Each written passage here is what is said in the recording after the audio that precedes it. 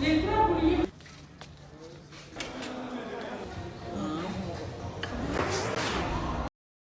tout le monde, j'espère que vous allez bien. Bienvenue dans une nouvelle vidéo, j'espère que vous allez bien. Aujourd'hui, on va faire une petite promenade, vous allez m'accompagner, on va aller en ville. Là, je suis déjà dehors, on est devant la gare de Dakar. On va aller prendre le terre aujourd'hui. N'oubliez pas de vous abonner, de liker, de partager comme d'habitude et de me suivre sur mes réseaux sociaux. C'est parti, let's go. I know you told your friend you're not okay. And tell me what's wrong and why you never.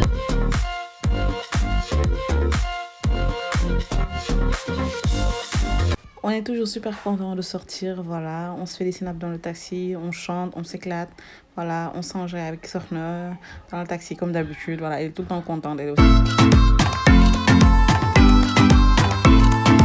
Après avoir mis le masque, on est finalement passé en caisse, voilà, on a payé 3000 francs chacune, voilà, l'aller et le retour jusqu'à Diamniadio, voilà, un petit détour. Là, je pouvais même pas parler à cause de mon masque, donc voilà, je vous fais un petit détour. En attendant que la queue diminue, voilà. Et là, on passe, voilà, le temps de scanner nos tickets et d'ouvrir les portiques.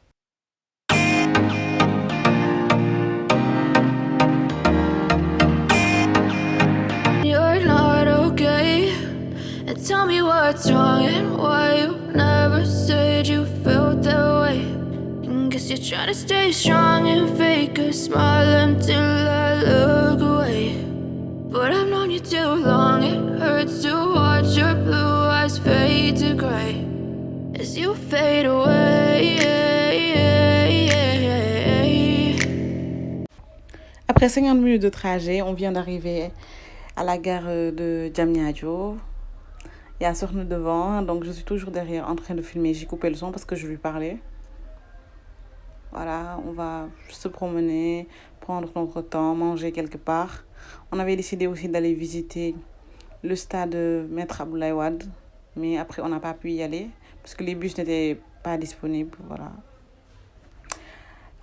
Quelques moments de rafraîchissement et puis voilà, j'ai pris juste quelques photos et c'est tout. Baby, you'll get sick of being the monster out of my head, under my bed, think you're something out of my life. On a fini par se promener, voilà, on marche un peu, on se promène, on regarde la gare, voilà. On voulait juste prendre le bus pour aller au stade, aller visiter les ministères qui se trouvent à Diamniadio, mais malheureusement les bus n'étaient pas disponibles. C'est ce qu'on demandait à un guide qui nous a dit que les bus n'étaient pas disponibles ce jour-là parce qu'on était le week-end. Voilà, on en a profité et ensuite retour sur Dakar.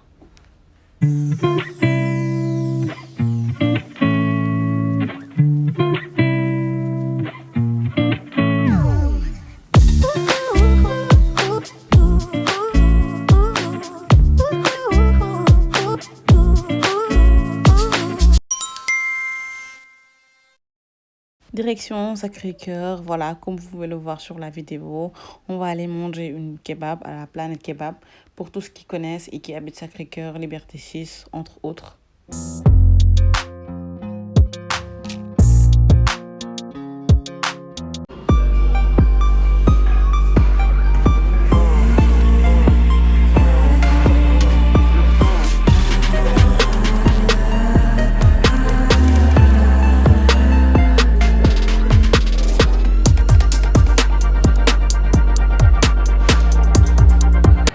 L'après-midi, on a décidé d'aller manger une glace, voilà, vers 18h45, toujours avec Sokhna. Voilà, un glacier qui se trouve sur les deux voies Liberté 6, pour ceux qui habitent là-bas. Voilà, il y avait beaucoup de parfums, on avait le choix, voilà, et je laissais Sokhna passer la commande.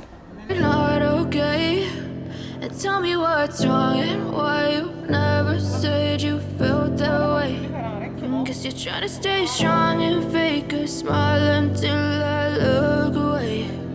But I've known you too long, it hurts to watch your blue eyes fade to grey as you fade away.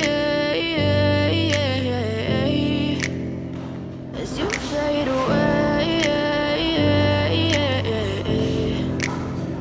Yeah, I'm about to fade away, cause every time I wake up I feel like it's Monday. Something's going wrong with all the chemicals up in my brain. All of a sudden I don't look at anything the same way. Gotta build up a...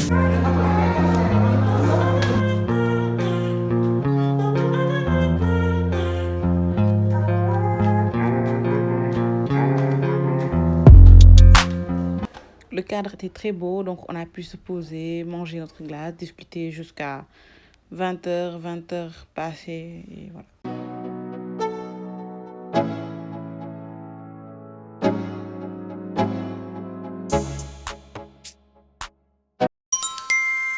Le lendemain matin, je me suis rendue au centre-ville pour régler quelques papiers. J'en ai profité, me promener un peu, regarder la ville, profiter un petit peu du temps.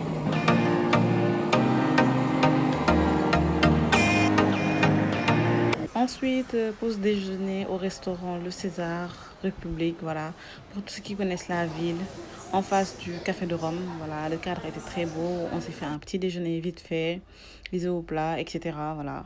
En plus, il y a le fil, le cadre est beau, on s'est posé, on a profité, il y avait le calme surtout le matin, et voilà, on s'est régalé. Le lendemain matin, on s'est rendu à l'embarcadère, vous voyez, il y a énormément de monde, il y a beaucoup d'affluence les week-ends. Voilà, et surtout l'après-midi. Pour ceux qui veulent aller à Gorée, venez très très tôt. 8h, ce serait l'idéal. Voilà, on avait énormément de monde à monter dans la chaloupe. Il y avait énormément de monde. On faisait la queue pendant 1 heure, 2 heures de temps.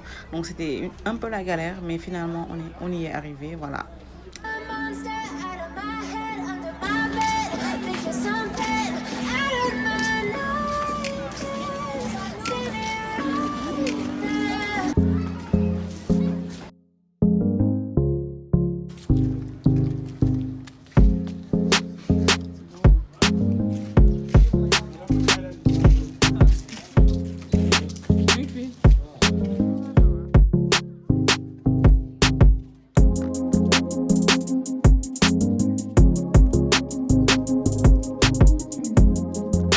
Arrêté pour acheter les tickets d'entrée de la maison des esclaves. Actuellement, les autres maisons des esclaves sont des habitations. Mais l'État du Sénégal a racheté cette maison-là à ses derniers propriétaires pour en faire un musée, une maison de mémoire. Okay? Là, c'était la chambre de pesage. On pesait les esclaves pour connaître leur poids. Plus tu faisais le bon poids, plus tu valais plus cher. Ceux qui ne faisaient pas le poids normal, on les engraissait. Tout à l'heure, on va voir ce qu'on sait. Maintenant, on va faire ensemble le tour des cellules. Après, vous aurez... Oui. Alors, après avoir été posé là-bas, toutes ces cellules que vous voyez là, 1, 2, 3, c'est pareil. C'était des cellules pour hommes. 2,60 m sur 2,60 m, on mettait 15 à 20 hommes. Ils étaient presque nus, les esclaves, assis au sol, adossés au mur, enchaînés aux chevilles avec un boulet en fer de 10 kg 300. Ils n'étaient libérés de leur chaîne qu'une seule fois par jour. À l'époque, c'était pour leur permettre d'aller aux toilettes ou de manger. Par exemple, si un esclave à l'époque voulait aller aux toilettes avant l'heure de la libération quotidienne, ils étaient obligés d'aller aux toilettes dans leur cellule. Donc ça faisait très sale, et ce qui avait causé la première épidémie de peste en 1779 et qui avait ravagé à l'époque une bonne partie de cette île. Finalement, ils craignaient les épidémies, les malades, on les jetait à la mer, mangés par les requins ou morts noyés parce qu'ils craignaient à nouveau les épidémies qui avaient ravagé une bonne partie de cette île. Donc retenez tout simplement qu'à l'époque, les esclaves n'avaient pas eu même le droit de tomber malade en l'absence de tout médecin. Vous venez par là? C'était la cellule des enfants. Même les enfants, il y avait un boulot qui leur a été réservé et qu'ils faisaient bien. Par exemple, une fois dans les plantations aux Amériques, ces enfants, ils pouvaient cueillir les cotons, les cacao, etc. Et s'ils devenaient grands aussi, ils seraient de bons esclaves. Là, on mettait 40 à 50 enfants, garçons et filles de 7 à 12 ans. La valeur d'un enfant dépendait de sa belle denture. Et le prix d'un enfant, juste un miroir, des boucles d'oreilles, un collier ou un objet équivalent au prix. Donc il n'y avait pas d'argent billet à l'époque, mais c'était des trocs. On échangeait les esclaves avec des objets sans valeur. Donc ils n'étaient pas considérés comme des êtres humains, mais ils étaient considérés comme de la marchandise. Là, c'était pour les jeunes filles. À l'époque, la jeune fille noire esclave avait beaucoup plus de valeur que la femme. Et la coutume africaine n'avait reconnu une jeune fille vierge qu'à partir de la fermeté de ses seins. Donc à l'époque, toute jeune fille dont ses seins n'étaient plus suffisamment fermes, elle était considérée comme ayant perdu sa virginité. Et on l'aurait mis là-bas au fond, dans la cellule des femmes, qui valait 4 fois moins cher que les jeunes filles. Donc une fois enceintes, ces jeunes filles à l'époque, elles étaient libérées et affranchies.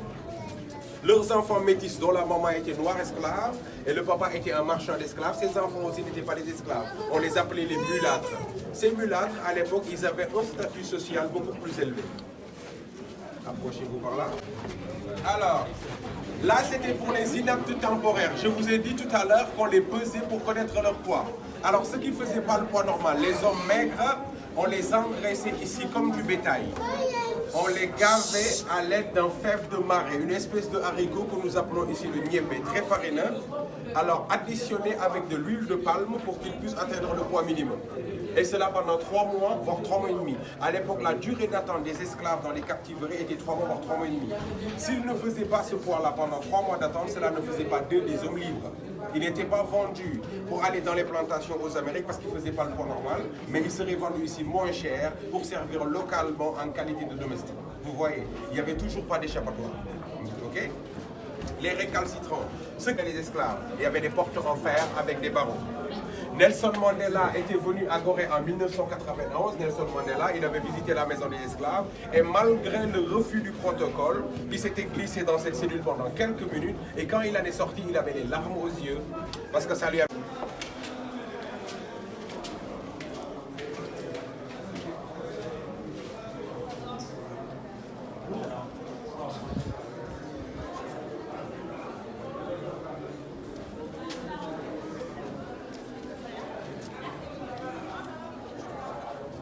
Après la visite, on a décidé d'aller manger, d'aller se baigner et enfin on s'est posé à la plage, à la deuxième plage. Et c'est tout pour cette vidéo, j'espère qu'elle vous aura plu. N'oubliez pas de vous abonner, de liker, de partager et voilà.